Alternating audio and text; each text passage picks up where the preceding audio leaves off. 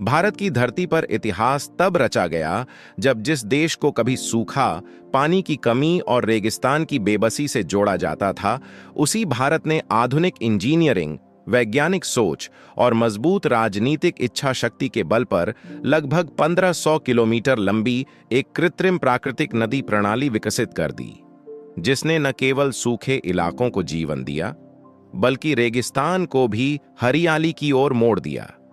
और यही कारण है कि आज पूरी दुनिया भारत की इस जल क्रांति को देखकर हैरान है, क्योंकि यह कोई कल्पना नहीं बल्कि जमीनी हकीकत है जो मोदी सरकार के नेतृत्व में संभव हो सकी।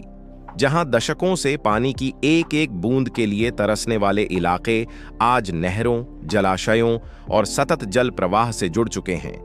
इस परियोजना की शुरुआत उस दूरदर्शी सोच से हुई जिसमें नदियों को जोड़ने, अतिरिक्त पानी को सूखे क्षेत्रों तक पहुंचाने और वर्षा जल के वैज्ञानिक प्रबंधन को प्राथमिकता दी गई।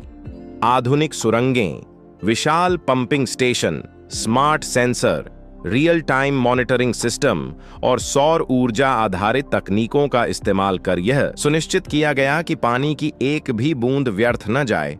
और यही कारण है कि राजस्थान जैसे रेगिस्तानी इलाकों में खेती दोबारा सांस लेने लगी, गांवों में पलायन रुकने लगा और स्थानीय अर्थव्यवस्था को नई गति मिली।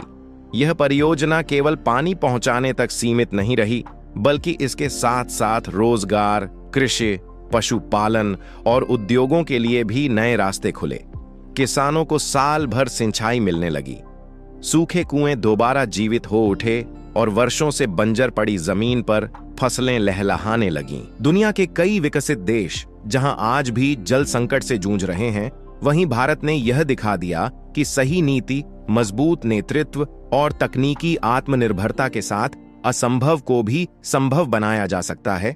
मोदी सरकार के इस बड़े कदम ने यह संदेश दिया कि नया भारत अब समस्याओं से डरता नहीं बल्कि उन्हें अवसर में बदलता है। यही वजह है कि अंतर्राष्ट्रीय मंचों पर भारत के इस जल प्रबंधन मॉडल की चर्चा हो रही है और कई देश इसे अपनाने में रुचि दिखा रहे हैं, क्योंकि यह परियोजना केवल एक नदी नहीं बल्कि आत्मनिर्भर भारत की सोच, पर्यावरण संतुलन और आने वाली पीढ़ियों के लिए सुरक्षित भविष्य की मजबूत नींव है। और इसी के साथ भारत ने यह साबित कर दिया कि अगर नीयत साफ हो और नेतृत्व मजबूत हो तो रेगिस्तान भी हरियाली की कहानी लिख सकता है। इस ऐतिहासिक जल परियोजना का दूसरा और सबसे प्रभावशाली पहलू यह रहा कि मोदी सरकार ने इसे केवल एक निर्माण कार्य न मानकर एक समग्र राष्ट्रीय मिशन का रूप दिया, जहां पर्यावरण संरक्षण, तकनीकी नवाचार और सामाजिक उत्थान तीनों को एक साथ जोड़ा गया। क्योंकि 1500 किलोमीटर लंबी इस नदी प्रणाली के निर्माण में इस बात का विशेष ध्यान रखा गया कि प्राकृतिक पारिस्थितिकी को नुकसान न पहुंचे बल्कि उसे और सशक्त बनाया जाए।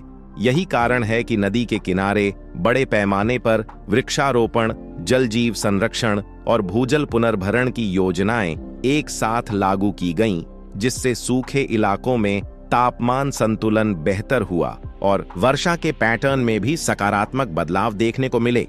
इस पूरी प्रक्रिया में ड्रोन सर्वे, सैटेलाइट मैपिंग और आर्टिफिशियल इंटेलिजेंस आधारित डेटा एनालिसिस का उपयोग किया गया ताकि हर किलोमीटर पर पानी के प्रवाह, मिट्टी की गुणवत्ता और रिसाव की निगरानी की जा सके। और यही आधुनिक तकनीक इस परियोजना को दुनिया की सबसे उन्नत जल योजनाओं में शामिल करती है। रेगिस्तानी क्षेत्रों में जहां पहले केवल रेत के टीले और वीरानी दिखाई देती थी, वहां अब सिंचित खेत, सब्जियों की हरियाली और फलों के बाग नजर आने लगे हैं, जिससे किसानों की आय में कई गुना वृद्धि हुई है और ग्रामीण युवाओं को अपने ही गांव में रोजगार मिलने लगा है। इस नदी से जुड़े नहर नेटवर्क ने पशुपालन को भी नया जीवन दिया, क्योंकि अब पशुओं के लिए पानी और चारे की स्थायी व्यवस्था हो पाई है। वहीं छोटे छोटे उद्योग, फूड प्रोसेसिंग यूनिट और कोल्ड स्टोरेज जैसे ढांचे भी विकसित होने लगे हैं, जिससे स्थानीय अर्थव्यवस्था को आत्मनिर्भर बनने की ताकत मिली। अंतर्राष्ट्रीय विशेषज्ञों और जल वैज्ञानिकों ने भी इस परियोजना को एक गेम चेंजर बताया है, क्योंकि इसमें भारत ने यह दिखाया कि सीमित संसाधनों के बावजूद कैसे बड़े पैमाने पर जल संकट का समाधान किया जा सकता है। यही वजह है कि अफ्रीका, मध्य पूर्व और एशिया के कई सूखाग्रस्त देश भारत के इस मॉडल को अध्ययन के रूप में देख रहे हैं। और यह सब उस राजनीतिक इच्छा शक्ति का परिणाम है जिसमें निर्णय लेने की क्षमता, दीर्घकालिक सोच और जमीन पर काम करने का साहस मौजूद हो। मोदी सरकार के इस कदम ने यह साफ कर दिया कि नया भारत केवल वादे नहीं करता, बल्कि परिणाम देकर दिखाता है। और यही जल परियोजना आने वाले दशकों तक भारत की खाद्य सुरक्षा, जल सुरक्षा और आर्थिक मजबूती की रीढ़ बनने वाली है। इस महान जल क्रांति का तीसरा और निर्णायक अध्याय तब सामने आया जब इस 1500 किलोमीटर लंबी नदी परियोजना के सामाजिक, आर्थिक और रणनीतिक प्रभाव पूरे देश में स्पष्ट रूप से दिखाई देने लगे। क्योंकि जिस रेगिस्तान को कभी गरीबी, पलायन और असहायता का प्रतीक माना जाता था, वही क्षेत्र अब विकास, आत्मविश्वास और अवसरों की नई पहचान बन चुका है। मोदी सरकार के नेतृत्व में शुरू हुई इस योजना ने न केवल पानी पहुंचाया, बल्कि लोगों की सोच और भविष्य की दिशा भी बदल दी। गांवों में स्कूल, अस्पताल और बुनियादी सुविधाओं का विस्तार हुआ, क्योंकि स्थायी जल स्रोत मिलने से आबादी का टिकाव संभव हुआ।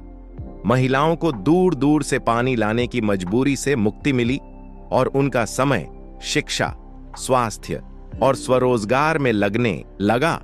इस परियोजना ने राष्ट्रीय सुरक्षा के दृष्टिकोण से भी भारत को मजबूत किया, क्योंकि सीमावर्ती रेगिस्तानी इलाकों में आबादी और बुनियादी ढांचे का विकास होने से रणनीतिक मजबूती आई।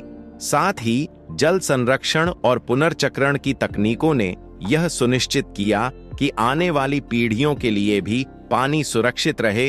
अंतर्राष्ट्रीय मंचों पर भारत को अब एक ऐसे देश के रूप में देखा जा रहा है जो केवल अपनी समस्याओं का समाधान नहीं करता, बल्कि वैश्विक चुनौतियों के लिए भी व्यावहारिक मॉडल प्रस्तुत करता है। कई देशों के प्रतिनिधिमंडल इस परियोजना का अध्ययन करने भारत आए और उन्होंने खुले तौर पर स्वीकार किया कि जिस काम को वे दशकों में भी पूरा नहीं कर पाए, उसे भारत ने मजबूत नेतृत्व और आत्मनिर्भर तकनीक के दम पर संभव कर दिखाया।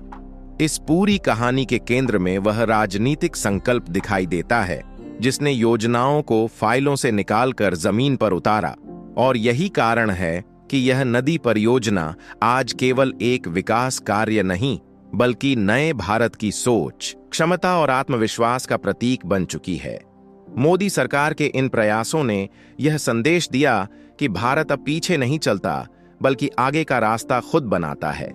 और जिस देश ने रेगिस्तान में नदी उतार दी हो, उसके लिए असंभव शब्द केवल इतिहास बन जाता है। अंत में यह कहना गलत नहीं होगा कि यह जल क्रांति आने वाले समय में भारत की सबसे बड़ी उपलब्धियों में गिनी जाएगी और पूरी दुनिया इसे एक उदाहरण के रूप में याद रखेगी। अगर आपको वीडियो अच्छा लगा हो तो हमारे चैनल को सब्सक्राइब जरूर करें और अपनी राय कमेंट बॉक्स में जरूर लिखें। जय हिंद।